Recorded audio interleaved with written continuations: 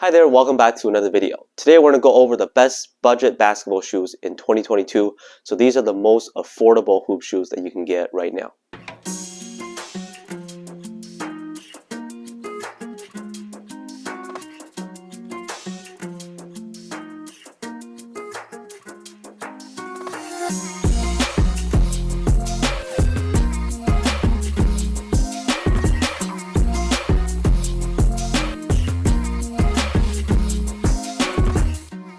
So for the shoes that are on this list, they are all solid performers in my opinion. The shoes are cheap, but they perform badly. For example, if they hurt your feet while you play in them, there's really no point because rather than saving money, you're actually losing money that you're spending on buying something that you can't really use, even if it's 70 bucks. So here are the most budget-friendly shoes with good performance. Let's get started. First one on this list is the Nike Air Max Impact 3.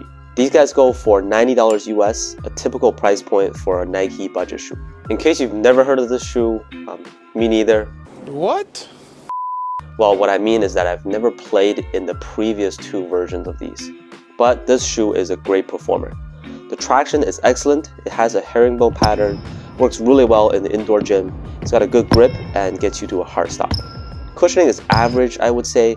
As the name suggests, it has an exposed Air Max unit in the heels, but to be honest, it's not like a soft setup or compression that you can just feel right away. But even for me, as someone who prioritizes cushioning, these will do just fine. Material-wise, these guys have a typical mesh upper, pretty breathable, and lastly, with the fit, I would recommend going true to size with the Air Max Impact 3.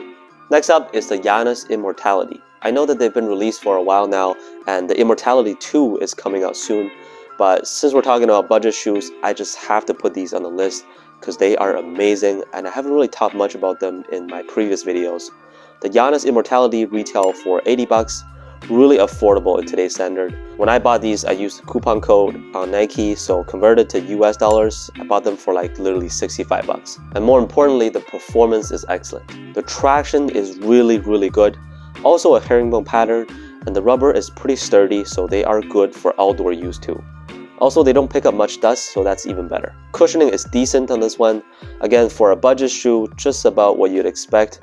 The core feel is very low to the ground, and overall comfort level is not bad at all. So I'm just really excited for the Giannis Immortality 2.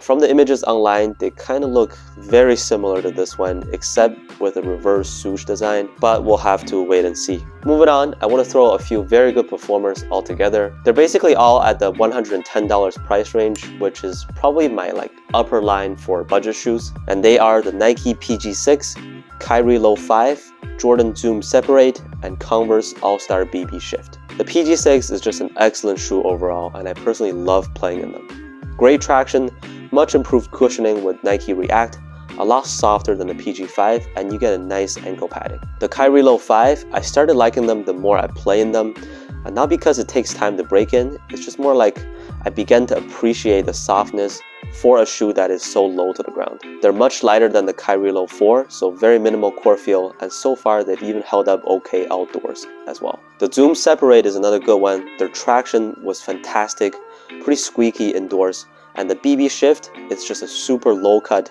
that I always say reminds me of playing in the OG Kobe's. And lastly, I'm going to conclude with some other good budget shoes. These are not the newest releases, but should still be widely available in stores or online. The Adidas Pro Next 2021, Puma Court Rider, and Jordan 1 Take 3. The 1 Take 3 is one that I don't own a pair myself, but I've tried them on, and I also know a guy who wears them every time he plays, and that's actually his go-to shoe to hoop in now. These are extremely light and just feel minimal on feet. So that concludes this list for the best budget basketball shoes that you can get right now.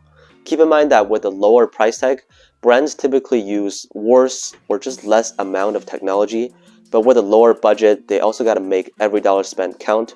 So some of these shoes, even compared to the more expensive signature models, are really not bad at all. Anyways, please feel free to share your thoughts on any of them down in the comments. Thank you so much for watching, and I'll see you on the next one.